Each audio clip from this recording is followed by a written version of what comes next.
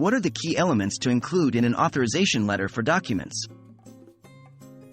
Hello everyone. Today, we're going to delve into the essential elements of an authorization letter for documents.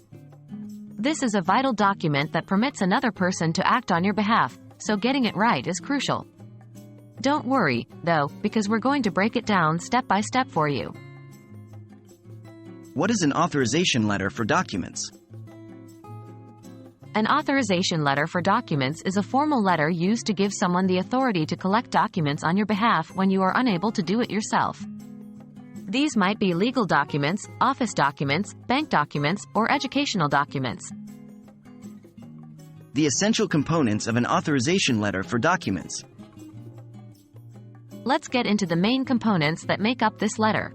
Here is the sequence of the contents. Your personal details start with your name, address, and contact details at the top left corner of the page.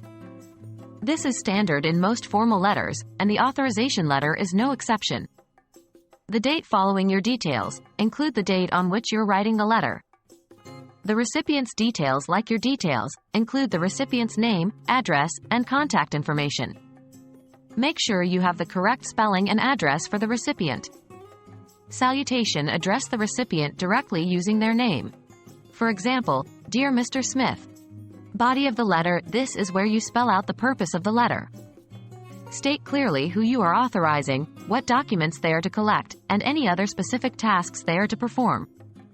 Be as detailed as possible here to prevent any misunderstandings. Closure and signature: finish your letter with a closing phrase like, sincerely, or, best regards, followed by your signature and your full name printed.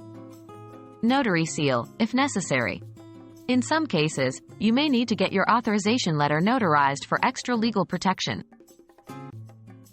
Some handy tips. Here are a few more tips to remember. Maintain a formal tone throughout the letter. Keep the letter concise and clear. Proofread the letter to ensure there are no errors. Make sure the person you're authorizing is trustworthy and reliable. Writing an authorization letter for documents doesn't have to be daunting. As long as you remember to include all the key elements we've covered today, you should be in good shape. Hopefully, this guide has made the process a little less intimidating for you. Best of luck in your writing, and see you next time.